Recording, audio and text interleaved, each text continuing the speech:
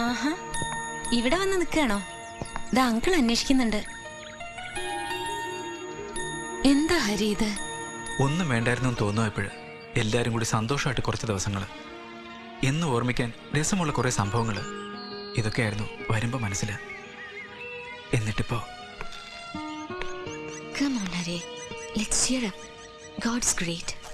ഹരി, എല്ലാരും വന്നേ. പൂജയ്ക്കുള്ള ഒരുക്കങ്ങൾ തുടങ്ങി. ആ വരൂ.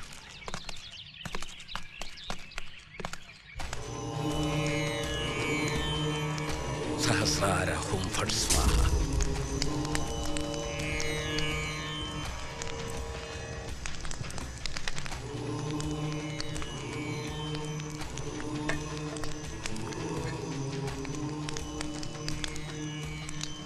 സഹസ്രാര ഹും ഫട് സ്വാഹ.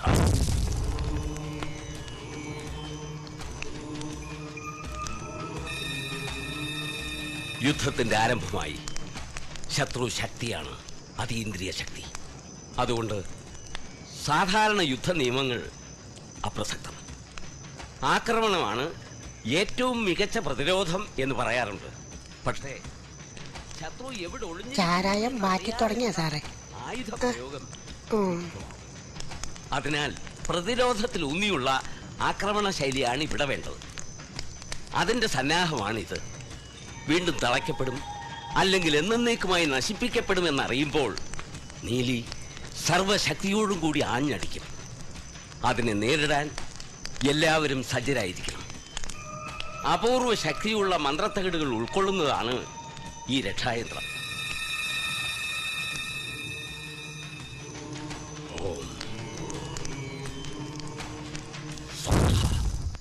അതെന്താണെന്ന് മനസ്സിലായോ?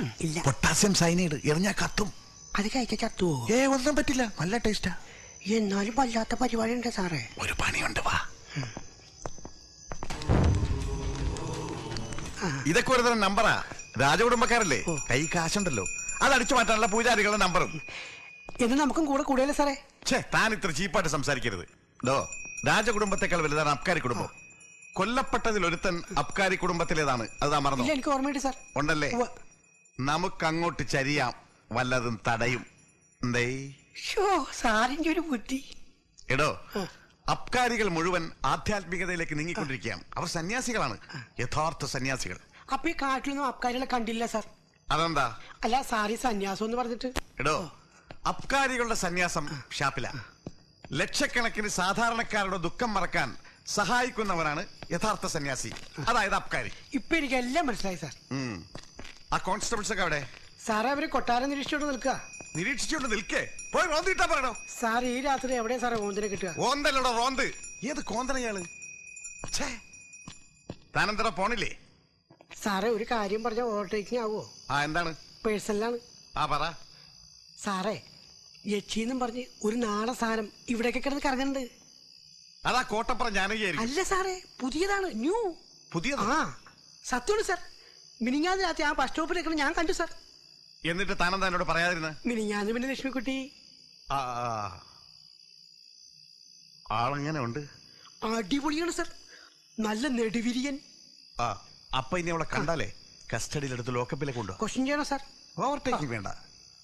അപ്പൊ താൻ വയ്ക്കോ. ഇന്ന് ഫുൾ നൈറ്റ് സെക്യൂരിറ്റി വേണം. ഞാൻ ഇവിടുത്തെ ഉണ്ടാവും. അവിടെ വായി നോക്കിയേക്കരുത്, മനസ്സിലായോ? വയ്ക്കോ.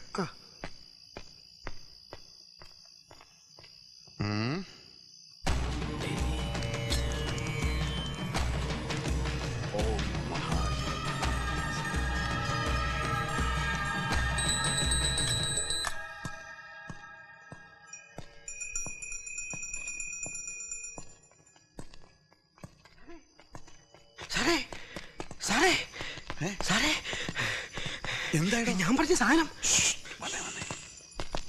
എവിടെയാ നിൽക്കുന്നത്? അവിടെ കൂടാരെങ്കിലും ഉണ്ടോ? ഇപ്പൊ ആരുമില്ല സാർ. അവിടെ ആരെങ്കിലും വീഴ്ത്തും. ഞാനൊരു കാര്യം ചെയ്യാം. ഞാനിപ്പോ അവിടെ ചെന്ന് അവിടെ കസ്റ്റഡിയിലെടുക്കാം. ലോക്കപ്പ് ഫ്രീ അല്ലേ? ഫ്രീ ആണ് സാർ. താൻ ചെന്നിട്ടേ ആ ക്വാളിറ്റി ഹോട്ടലിൽ ചെന്ന് ഒരു 10-20 പൊറോട്ടയും കുറച്ച് ചിക്കൻ ഫ്രൈയും ഒരു 3-4 ഓംലെറ്റും. സാർ, ഒരു കുപ്പി ബിസ്ലേരി വാട്ടർ. മറ്റേതവിടെ ഇരിപ്പില്ലേ? മറ്റേ ബാക്കിയുണ്ട് സാർ. ഉണ്ടല്ലോ. അപ്പൊ താൻ വിട്ടോ. ധൃതി പിടിച്ച് പോകരുത്. പതുക്കെ പതുക്കെ പതുക്കെ പോയാൽ മതി. എന്നിട്ട് സാവധാനത്തിൽ മേടിച്ചിട്ട് പതുക്കെ പതുക്കെ വന്നാൽ മതി. മനസ്സിലായില്ലേ? നോട്ടോ ഇല്ലേ, ഒരു കാര്യം ചെയ്യാം. എന്നെ ഒന്ന് നന്നായിട്ട് ഇൻട്രോഡ്യൂസ് ചെയ്തിട്ട് താൻ വലിഞ്ഞു. ഓക്കെ. അതെ, അപ്പൊ റോന്തൂറ്റിലെ പോലീസുകാരാ? ഓവർടേക്കിംഗ് വേണ്ട.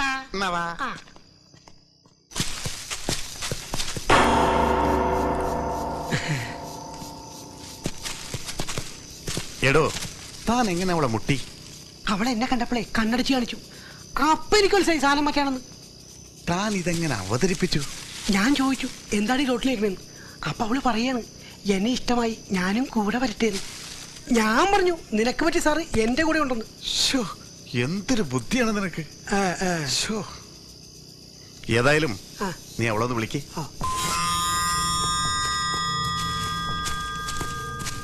ആരാണ് വന്നിരിക്കണെന്ന് അറിയാമോ? ഈ ഒരു വീരഭദ്രൻ സാറ്. ഈ ഏരിയയിൽ ആര് കച്ചവടത്തിന് വന്നാലും ആദ്യം സാറ്, പിന്നെ ഞാൻ.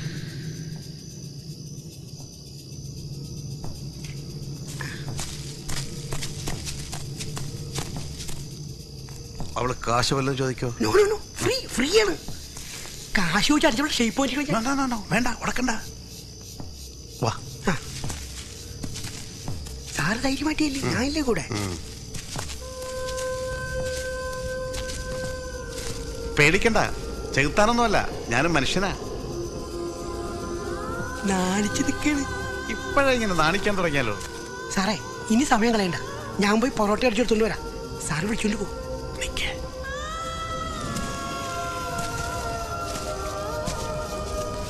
എന്താ ഭവതിയുടെ പേര്? സാധാരണ സ്ത്രീകൾക്ക് എന്നെ വലിയ ഭയമാണ്. കാരണം ഞാനൊരു അഹങ്കാരിയാണല്ലോ. ചിരിക്കുന്നു. നിന്റെ ചിരിയൊക്കെ ഞാൻ മാറ്റും. വരും.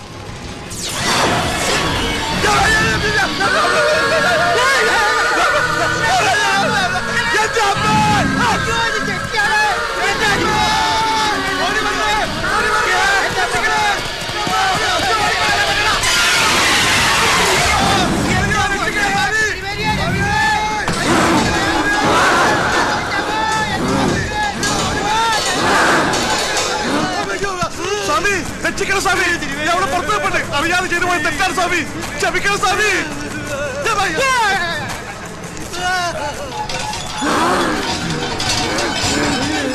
കാളി കാളി കൊടുങ്കാളി ഉദ്ദേശിക്കാൻ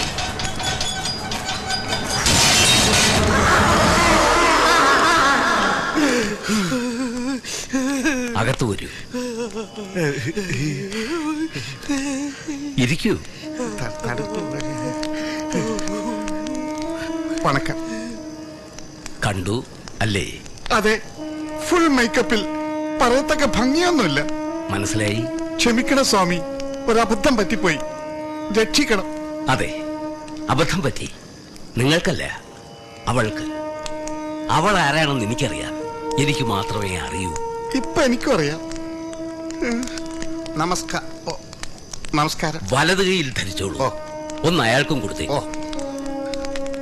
അല്പനേരം എല്ലാവരും കണ്ണടച്ച് ഈശ്വരനെ മനസ്സിൽ ധ്യാനിച്ചിരിക്കുക. ഞാൻ പറയാതെ ആരും കണ്ണു തുറക്കരുത്. ഓം ഹ്രീം നീലി ഭാവമൂർത്തി ഭാവമൂർത്തി ഉഗ്രമൂർത്തി ഉഗ്രമൂർത്തി.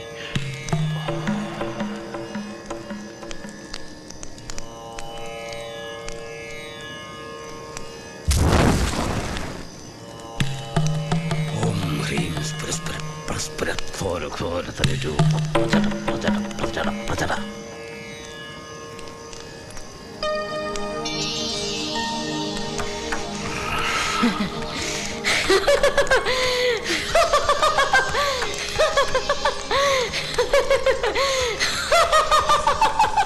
നീലി, നിർത്തു നിന്റെ കൊലച്ചിരി. എന്റെ കൊലച്ചിരി നീ ഇനിയും കേൾക്കും.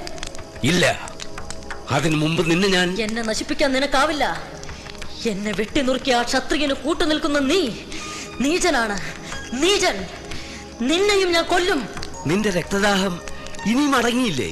ഇല്ല, ആഗ്രഹപൂർത്തി വരാതെ കൊല്ലപ്പെട്ടവനാണ് എന്റെ ഉദയൻ. അതിനെനിക്ക് പ്രതികാരം ചെയ്യണം. അവസാനത്തെ ഒരു ആൺതരി ഉണ്ടല്ലോ, ബാക്കി തൃപ്പങ്ങോട്ട്. അവന്റെ കൊലയിലൂടെ ഞാൻ അത് സാധിക്കും. ഇല്ല, അതിനു മുമ്പ് നിന്നെ ഞാൻ നശിപ്പിക്കും. നിനക്കതിന് കഴിയില്ല. ഗുരുകാരണവന്മാർ പകർന്നു നൽകിയ തന്ത്രമന്ത്രങ്ങളുടെ ശക്തി ക്ഷയിച്ചു പോയിരിക്കുന്നു. എന്നെ നശിപ്പിക്കാൻ ശ്രമിച്ചാൽ നിന്നെ മാത്രമല്ല, നിന്റെ കുലം മുഴുവൻ ഞാൻ മുടിക്കും. നീലി, ഇത്രയും കോപം നിനക്ക് പാടില്ല. നീ സ്ത്രീയാണ്, സ്ത്രീ അമ്മയാണ്. അമ്മ ക്ഷമയാണ്, ക്ഷമ ഭൂമിയാണ്. ഭൂമിക്ക് ചാഞ്ചല്യം പാടില്ല. ചാഞ്ചല്യം വന്നാൽ ഈ പ്രപഞ്ചം നശിക്കും. അത് ഞാൻ തടയും.